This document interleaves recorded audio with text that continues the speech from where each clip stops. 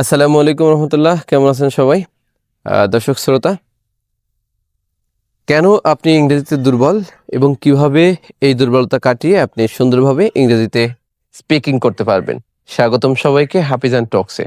So আজকের আমাদের topic, আপনি কি কারণে ইংরেজিতে দুর্বল আর কি মানে কোন ওয়েতে বা কোন উপায়ে আপনি এই দুর্বলতা কাটিয়ে সুন্দরভাবে ইংলিশ বলতে পারবেন। সো ইংরেজিতে দুর্বল হওয়ার বিশেষ যে কারণ সেটা হচ্ছে, আমরা সবাই জানি আমাদের কিন্ডারগার্টেন থেকে মাস্টার্স লেভেল পর্যন্ত সব ক্লাসেই বা সব জায়গাতেই কিন্তু একটা সাবজেক্ট ছিল, সেটা হচ্ছে ইংরেজি। এই ইংরেজি আমরা কিন্তু অনেক ভয় পেতাম এই সাবজেক্টটাকে। বাট মজার ব্যাপার হলো, প্রত্যেকটা পরীক্ষাতে আমাদের পাশ করে পরীক্ষা উত্তীর্ণ হয়ে তারপরে পরবর্তী ক্লাসে বা পরবর্তী ধাপে উত্তীর্ণ হতে হয়েছে। তো যেটাই হোক না কেন, দ্যাটস মিনস আমরা সবাই মোটামুটি না, মানে ভালো রকম ইংরেজি কিন্তু জানি বা পারি। যারা অনার্স লেভেল পার করছেন বা ইন্টারমিডিয়েট পাস করছেন, এসএসসি পাস করছেন, সবাই কিন্তু কম বেশি কি ইংরেজি জানেন এবং পারেন। প্রবলেম হচ্ছে আপনি ইংলিশে কথা বলতে পারেন না। এর রিজন হচ্ছে আপনার ক্লাস টিচার বা আপনার এডুকেশনাল যে কারিকুলাম, এই curriculum, this is the problem. So আপনার যে ক্লাস টিচার, এই ক্লাস টিচার কিন্তু আপনার সঙ্গে যখন ক্লাস আপনাকে করিয়েছে, যখন শিখিয়েছে, তখন কিন্তু তিনি ইংলিশে স্পিকিং করেননি। আপনাদের সাথে ফুল যে ক্লাস টাইমটাই স্পিকিং করেননি, বা আপনাদের স্পিকিং করতে হবে এই লেসনটা কিন্তু করাননি। দ্যাটস মিনস আমাদের স্পিকিংয়ে একটা ল্যাকেন্স থেকে গেছে। সেকেন্ড যে থিং, সেটা হচ্ছে আপনারা একটা বড় সার্কেলে মোটামুটি ইংলিশ শিখেছেন, সারা জীবন আপনারা মোটামুটি গ্রামার শিখেছেন, ইংলিশের সাথে গ্রামার পড়েছেন, কিন্তু এটার যে অ্যাপ্লাই, মানে এটার যে প্রয়োগ আপনারা করতে পারেননি। That is the problem. So এই জায়গা থেকে বের হয়ে এসে আমরা সলিউশন যদি নিয়ে আসি, সলিউশন হচ্ছে, প্রবলেম হচ্ছে আপনার লাইফ টাইমে আপনি ইংলিশ স্পিকিংটা ক্লাস ওয়াইজ পড়েছেন ঠিকই, কিন্তু প্র্যাকটিস করেননি। সলিউশন হচ্ছে, মানে প্লাস পয়েন্ট হচ্ছে, আপনি অলরেডি ইংলিশ জানেন বা আপনি অলরেডি অনেক ভোকাবুলারি জানেন, যেটা দৈনন্দিন জীবনে আপনার কনভারসেশন করার জন্য গুড এনাফ। তো সলিউশন হচ্ছে, আপনাকে যেটা করতে হবে, আপনার যে ল্যাকেন্সটা রয়েছে, আমরা পেইন পয়েন্টটা খুঁজে পেলাম। পেইন পয়েন্টটা হচ্ছে আমরা আমাদের স্পিকিংয়ের অভাব, অর্থাৎ প্র্যাকটিসের অভাব। তো এই প্র্যাকটিসের অভাব পূরণের ক্ষেত্রে আপনার সলিউশন হিসেবে আপনি যেটা করতে হবে সেটা হচ্ছে প্র্যাকটিস করতে হবে। তো এটা তো ভেরি কমন, সবাই জানি যে ইংলিশ আসলে প্র্যাকটিস করতে হবে। তো আপনি যেটা করতে পারেন সেটা হচ্ছে, এই প্র্যাকটিসটা কিভাবে করবেন, এটা একটা কোশ্চেন। প্র্যাকটিসটা যেভাবে করবেন, আপনারা দৈনন্দিন জীবনে আপনাদের কর্মক্ষেত্র বা আপনাদের চারিপাশের যে বন্ধু বান্ধব, এদের সাথে আপনারা এখন থেকে কৌশলে বাংলাও বলবেন, এবার ইংলিশও কিছু কিছু করে বলবেন। এটা কিন্তু একটা গ্রেট ওয়ে।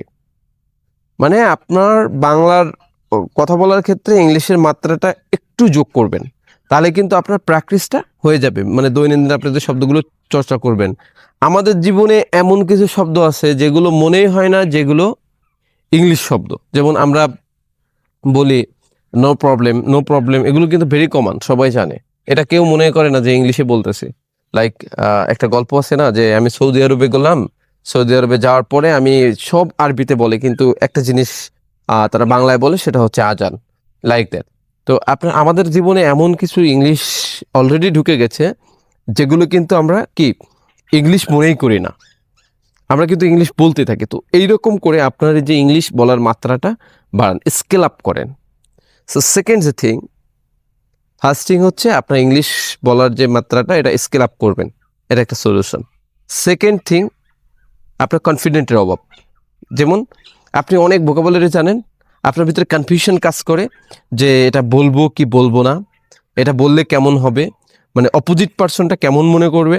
তো এই কেমন মনে করা, এই যে ভয় ভীতি, এই যে কনফিউশন, এটাকে স্কিপ করতে হবে, এটা টোটালি বাদ দিতে হবে। অর্থাৎ আপনার স্পিকিংয়ে কনফিডেন্ট নিয়ে আসতে হবে।